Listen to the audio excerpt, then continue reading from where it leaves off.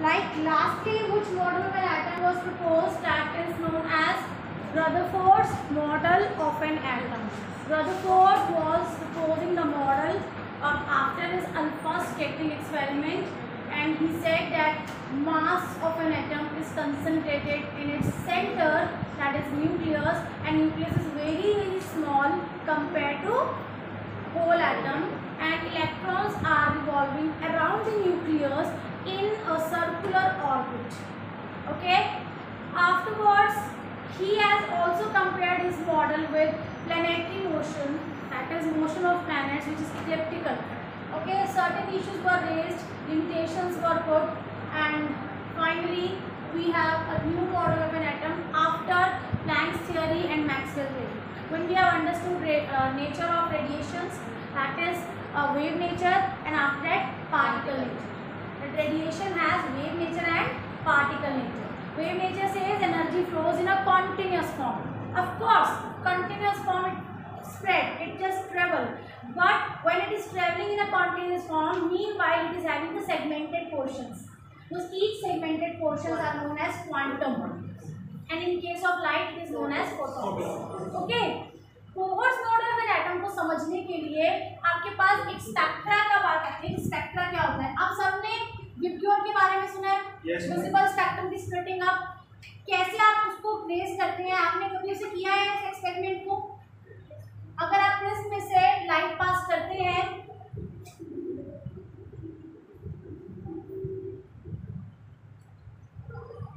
एक प्रिज्म में से लाइट पास करते हैं तो स्प्लिट हो जाती है अपने 7 कंपोनेंट्स में, ठीक है? तो वो जो स्पेक्ट्रम आप लेते हैं, इस स्पेक्ट्रम को बोलते हैं, कैसा स्पेक्ट्रम है ये? लाइट एमिट होकर आई है, कहाँ से? प्रिज्म के अंदर से। प्रिज्म के अंदर से जब निकल कर आई है तो ऐसे स्पेक्ट्रम को हम बोलते हैं emission spectrum. I am just giving you the very native idea कि आपको कल को ये ना हो कि आपको पता ना हो कि स्पेक्ट्रा होता क्या है। स्पेक्ट्रा क्या होता है? This is a continuous spectra in emission. Emission का मतलब होता है when a radiating source has been analysed. जब आप किसी लाइट एमिटिंग डिवाइस में से जो लाइट आ रही है उसको एनालाइज करते हैं तो उसको हम बोलते हैं एमिशन स्पेक्ट्रा, ठीक है? ये विबग्योर एक एमिशन स्पेक्ट्रा है। तो एमिशन स्पेक्ट्रा 2 टाइप के होते हैं, एक तो होता है कॉन्टिन्यूअस, ठीक है, और एक होता है line spectra. Line spectra, continuous and line spectra. Continuous तो मैंने आपको बता दिया, विबग्योर, ठीक है? अब एक लाइन के लिए एक एग्जांपल ले लेते हैं। सबको सोडियम क्लोराइड की बात करते हैं। सोडियम क्लोराइड, सोडियम क्लोराइड का एग्जांपल आपने लिया एंड उसको आप बर्न कर रहे हो, ठीक है? You are giving it direct flame, not heating it, you are burning it. आप उसको जब हीट देंगे so it will start getting combust, जलने लगेगा वो, ठीक है? एंड उसमें जो हीट गेन होगी उसकी वजह से क्या होता है बेटा? ये असम्पशन है हमारी कि जो एटम का न्यूक्लियस है, न्यूक्लियस के बाहर बहुत सारी रिंग्स होती हैं, ऑर्बिट्स होते हैं। उन ऑर्बिट्स में जो इलेक्ट्रॉन्स होते हैं, जो भी वैलेंस इलेक्ट्रॉन, लाइक सोडियम के केस में आप सबको पता है कॉन्फ़िगरेशन इज 2,8,1। तो ऐसा माना जाता है कि जब आप उसको डायरेक्ट हीट दे रहे हैं तो जो वैलेंस इलेक्ट्रॉन है, जो सबसे लास्ट थर्ड शेल में प्रेजेंट होगा उसका electron, that get excited to the any of higher shell. कहाँ चला जाता है? हायर शेल में। बहुत सारी शेल्स होती है एटम में, but these are folds not in use. लेकिन जब एक इलेक्ट्रॉन एक्साइटेड होता है, उसको एनर्जी मिलती है तो वो अपने हायर लेवल पे चला जाता है। ग्राउंड स्टेट वो स्टेट होती है जहाँ पर एटम बिलोंग करता है।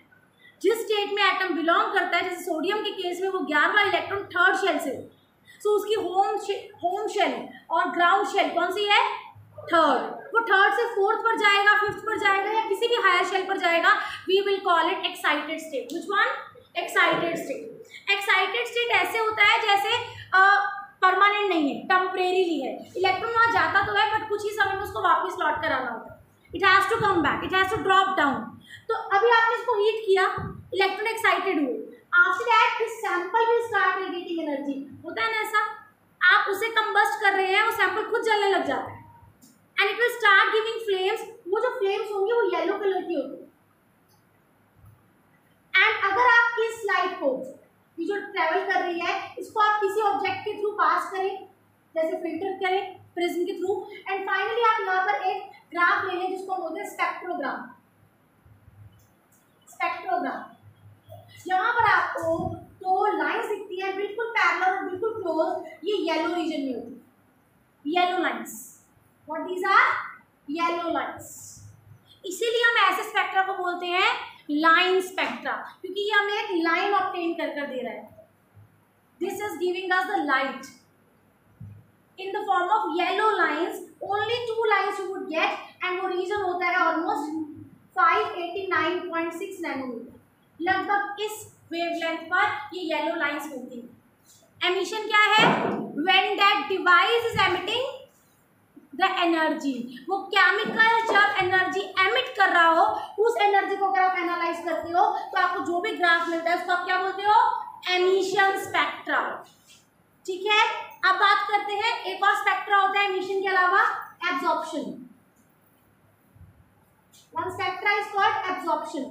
एब्जॉर्प्शन स्पेक्ट्रा में क्या देखा है? यही NaCl आप क्या कर लो, मोल्टन फॉर्म में ले लो, इसके अंदर से व्हाइट लाइट पास करो। व्हाइट लाइट है 7 कंपोनेंट्स, आप सबको पता है, ठीक है। और इसके अंदर आपने ले लिया NaCl सॉल्यूशन। NaCl सॉल्यूशन जब ये लाइट इसमें से पास करके वापस आती है और आप उसको एक ग्राफ पर ऑब्टेन करते हैं प्रिज्म के थ्रू पास करके, जो लाइट आई व्हाइट लाइट को आपने इसमें से पास किया, ये बिल्कुल बाहर निकल कर आई, यही लाइट बाहर निकल कर आ रही है, उसको आपने प्रिज्म से पास किया, प्रिज्म से क्या करेगा? 7 कंपोनेंट्स में स्प्लिट कर देगा। You would find again that graph Vibgyor. You could find that Vibgyor, but Vibgyor में जो येलो रीजन है ना, येलो रीजन में 2 साइड पर आपको डार्क दिखेगा।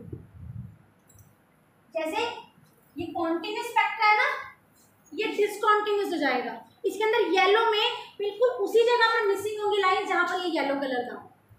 गेटिंग? यहाँ पर स्पेक्ट्रम में येलो रीजन के अंदर 2 लाइंस मिस होंगी, डार्क दिखाई देगा, और बाकी स्पेक्ट्रम पूरा दिखेगा। क्यों? आपने पूरी व्हाइट लाइट ली थी, इसको केमिकल में से पास किया, केमिकल की क्या एनर्जी है? वो कौन सी एनर्जी एब्जॉर्ब करता है? येलो रीजन वाली। तो येलो रीजन वाली उसने अंदर रख ली, इतने में इलेक्ट्रॉन एक्साइट हुआ होगा, बाकी लाइट बाहर आ गई। बाकी लाइट बाहर आई तो उसमें कौन कौन सी फ्रीक्वेंसी मिस थी? जो येलो कलर की है, और वही वाली रीजन की जिसमें एक्चुअली सोडियम एमिट करता है इलेक्ट्रिसिटी, रेडिएशन। समझ रहे हो? इसका मतलब एमिशन एंड एब्जॉर्प्शन क्या होते हैं? They are going complementary to each other. ध्यान से सुनो बेटा, एक सोर्स उसको आप हीट करो या उसमें से आप एनर्जी पास करो तो वो कुछ अमाउंट को एब्जॉर्ब कर लेता है और बाकी वो फिल्टर करके बाहर भेज देता है। जो बाहर भेजा अमाउंट वो कौन सा है? एमिशन, एमिट कर रहा है। लेकिन जो वो एमिट कर रहा है लाइट, उसमें से कुछ फ्रीक्वेंसी मिस है। वो फ्रीक्वेंसी जो मिस है वो क्या है? अभी तो एनर्जी है, वो एनर्जी उसने एब्जॉर्ब की है। इसका मतलब ऐसा कोई स्पेक्ट्रम जिसमें पूरा स्पेक्ट्रम सही दिख रहा है लेकिन बीच में कुछ फ्रीक्वेंसीज मिस है, बीच में कुछ लाइंस मिस हैं, तो वो स्पेक्ट्रम हम बोलते हैं absorption spectrum. And emission spectra क्या होता है? उसी केमिकल को आपने हीट किया, वो एक्साइट हुआ और अब वो अपनी एनर्जी दे रहा है। कौन सी एनर्जी? इलेक्ट्रॉन एक्साइट हुआ था हायर स्टेट में जाकर, वो अब वापस आएगा, कुछ देर बाद उसे वापस आना होता है। जो एनर्जी वो लेकर गया था वही एनर्जी वो वापस देगा, क्योंकि उसे अब वापस आना है। जो एनर्जी उसे लगी थी ऊपर जाने के लिए शेल में, अब वो वापस ड्रॉप डाउन होते हुए सेम एनर्जी को पास करता है, और वो एनर्जी अगर आप एनालाइज करते हैं then it gives you line spectra which is known as emission spectra. अगर इन दोनों स्पेक्ट्रा को आप मिक्स कर दें, ओवरलाई कर दें, एक दूसरे के ऊपर सुपर इम्पोज कर दें, तो ये पूरा का पूरा दोनों मिलाकर क्या बन जाएगा? Continuous spectra. ठीक है, अगर कभी आपको बोला जाए कि इस केमिकल के एमिशन स्पेक्ट्रा ड्रॉ करना है, तो एमिशन स्पेक्ट्रा के लिए आप क्या करेंगे? उसको पहले अच्छे से इलेक्ट्रिक स्पार्क देंगे या फिर कोई भी एनर्जी सोर्स देंगे, और कुछ देर बाद जब वो खुद से एनर्जी रेडिएट करने लग जाएगा तब स्टडी करेंगे। ठीक है, और अगर आपको एब्जॉर्प्शन स्पेक्ट्रा स्टडी करना है तो आप उसको व्हाइट लाइट देंगे, उसमें से इंस्टेंट पास करेंगे white light, and white light को स्टडी करेंगे। ठीक है, व्हाइट लाइट में कुछ फ्रीक्वेंसी मिस हो जाएंगी, जो मिस हुई है वो एब्जॉर्ब हो चुकी है। और एमिशन स्पेक्ट्रा में जहां जहां फ्रीक्वेंसी एब्जॉर्प्शन में मिस हुई थी सिर्फ वहीं पर फ्रीक्वेंसी दिखेगी, बाकी सब जगह डार्क है। तो अगर आप दोनों को ओवरलाई करते हैं, सुपर इम्पोज करते हैं, then you get a continuous. ठीक है, स्पेक्ट्रा इज दिस। स्पेक्ट्रा से हमें क्या समझ आया? स्पेक्ट्रा से हमें समझ आई इलेक्ट्रॉनिक पैटर्न। हमें ये समझ आया कि ये इलेक्ट्रॉन्स एनर्जी क्यों गेन करते हैं। हमें ये तो पता है इलेक्ट्रॉन न्यूक्लियस के बाहर होते हैं, but why they gain in energy and why after some time they drop down the same amount of energy. तो उससे हमें समझ आता है कि हमारे एटम के अंदर जो शेल्स है they are having specific amount of energy. वो एनर्जी शेल के हिसाब से फिक्स है। अगर एक इलेक्ट्रॉन को एक शेल से किसी दूसरी शेल में ट्रांजिट करना है तो उसे बिल्कुल वही अमाउंट एनर्जी का चाहिए होगा जो वहां पहुंचने के लिए चाहिए। अगर उसे 3.6 इलेक्ट्रॉन वोल्ट एनर्जी चाहिए वहां पहुंचने के लिए तो 3.5 विल नॉट वर्क, 3.7 भी काम नहीं करेगी, सिर्फ 3.5